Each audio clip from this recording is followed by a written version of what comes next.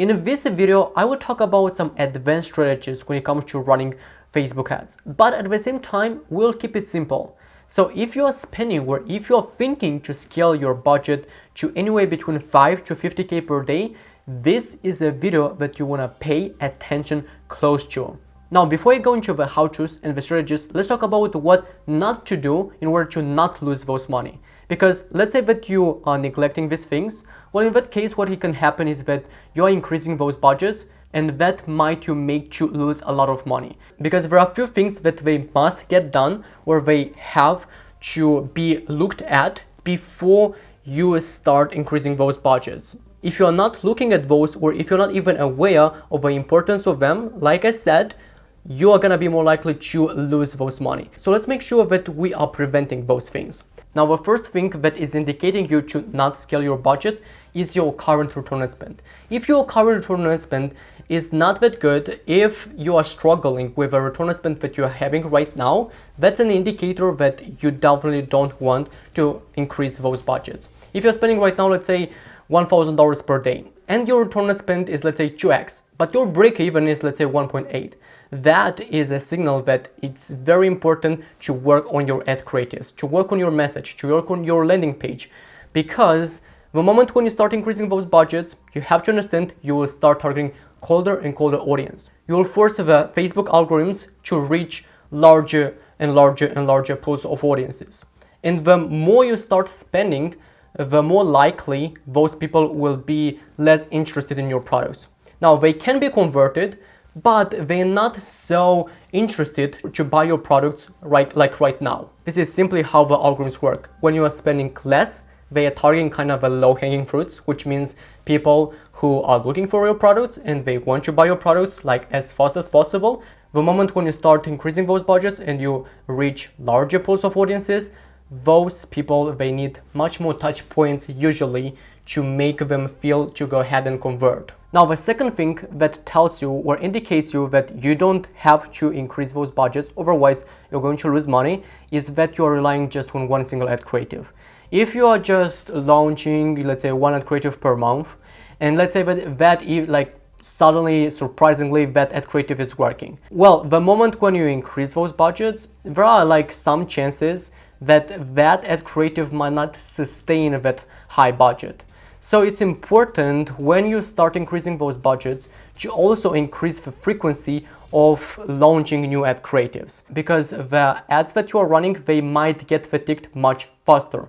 As you are showing your ads, of course, to larger audiences, but also you are showing your ads to a segment of your prospecting audiences again and again, because this is how the algorithms work. So pretty much those prospecting audiences, they kind of will be transformed into retargeting audiences as well. Not all of them, but a segment will do that. And here's the thing, that segment that is kind of chosen by Facebook, they will see your ads not twice or not 3 times. They will see your ads multiple times. So the more money you spend, the more you will show your ads to the same person again and again and again.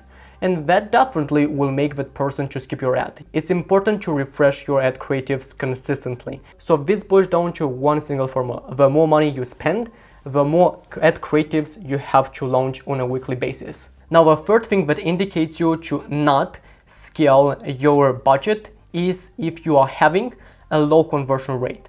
Listen to me, if your conversion rate is not strong enough, in that case, 100% you are not going to be profitable with your ads the moment when you start scaling. Don't think that just by adding more money towards your ad spend is going to solve your problems. Because if there is a missing part on the website, more people will not solve that. Solve the problem from its core instead. Every single time when you want to scale your budget, look at your conversion rate. If a conversion rate is, let's say, in the e-commerce space, something that is pretty healthy is at 2%. If you have something that is above 2%, then that is something that can give you a little bit more confidence to scale your budget. If it's below 2%, if it's below 1%, that is going to be quite a struggle for you to increase those budgets while having some profit. Of course, this depends on each business, on each metrics, but this is just something that I kind of mentioned on average. Now, the last thing that indicates you to not scale your budget is if you're having a low average order value and a low lifetime value. When it comes to the average order value, this is a number that you have to work on a monthly basis. Every single month, if you have like a team who is working on AOV, always ask them, what are we doing to increase our AOV? And the same thing with the LTV. This is something that you have to work on every single time. It's important to look at the data and make the adjustments accordingly. Think about it. When you scale up your budget, what happens, like I said, you start reaching colder and colder people. Now, if these people, they are so-called like cold audience, they need more touch points to buy. So the more you increase the budget, the more colder people you're bringing to your website. That means that they need multiple touch points to purchase something from you. That is going to increase your cost. And the more you have to pay for that customer, the less profit you're gonna get. What if you are increasing your average order value, let's say by 20%, by 50%? Even if you are paying more to acquire that customer, you are still having the same profit, or even more, depending on how much you increase that average order value.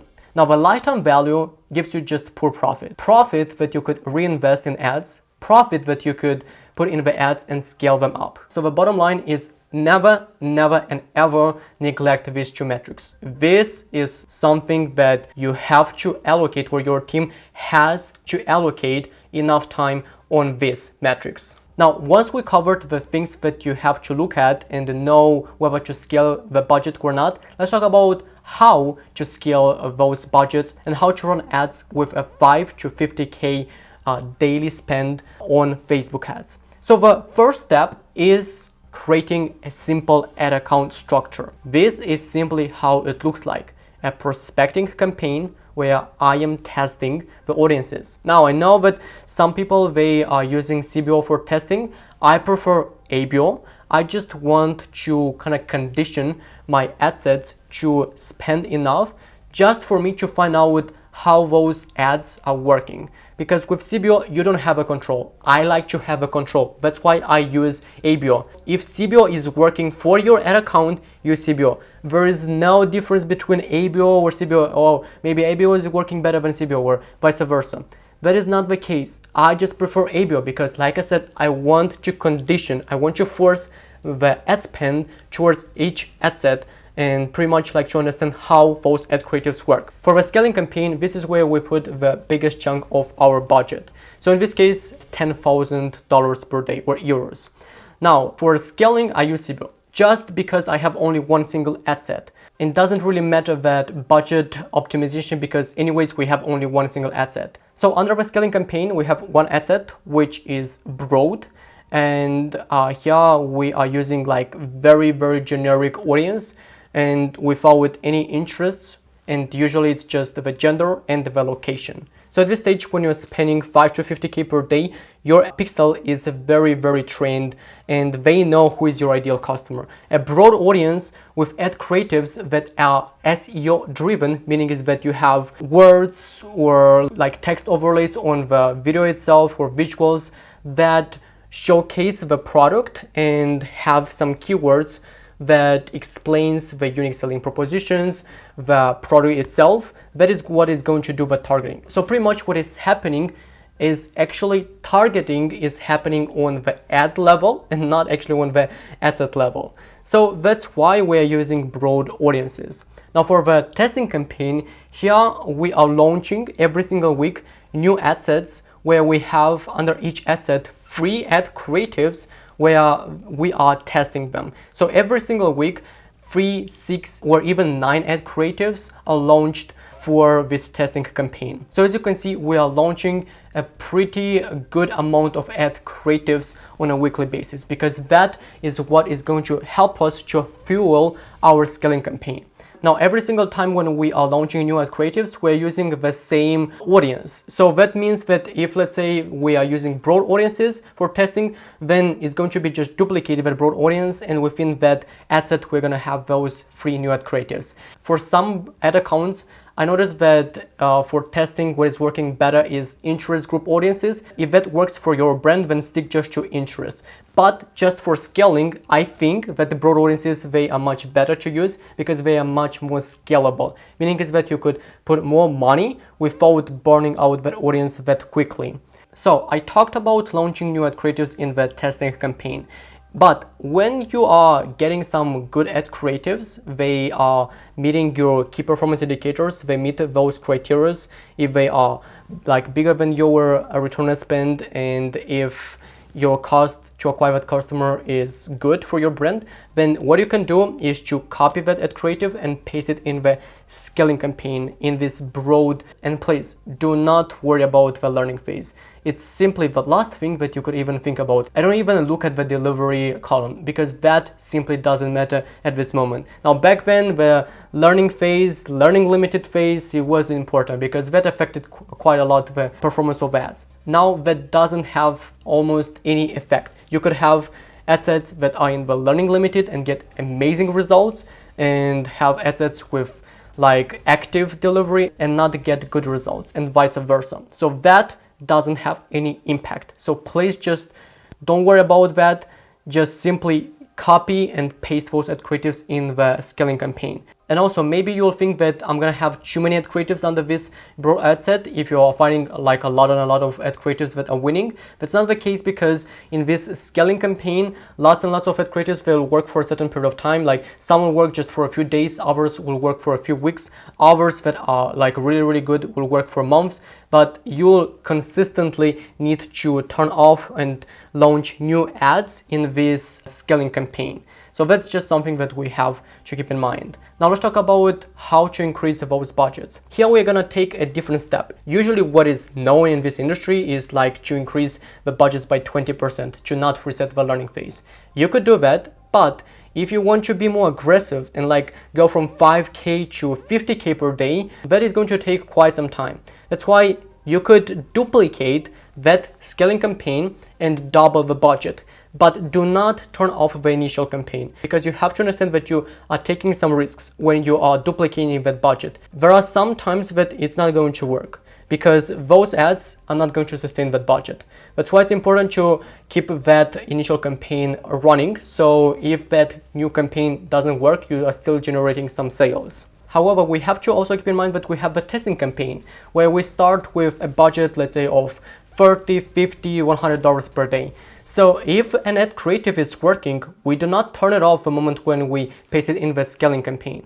We keep that ad set active and we increase the budget there on the ad set level. So pretty much what we do, we scale the budget at the ad set level from the testing campaign, and also we increase the budget for the CBO campaign. And this type of scaling is going to give us much more speed.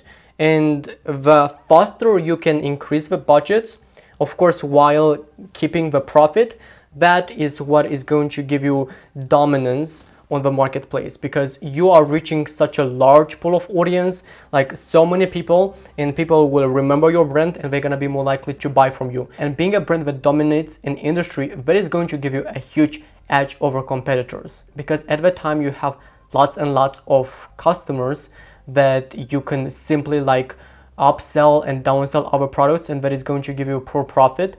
And like we know, businesses with more profit, they will thrive because they can spend more money to acquire that customer. However, when it comes to running ads with a high budget, like the cost of acquiring that customer is going to skyrocket, is going to increase. So it's important to create ads that is going to turn a stranger into a customer from less touch points. So in that case, you can stabilize, like this is the keyword, to stabilize the cost to acquire that customer. And the way you do that is through ads that can turn that stranger into a customer through less touch points. Now to do that, I highly recommend checking out this video right here, where I go much more in depth and I cover this topic in much more details. So click on this video and I will talk to you over there.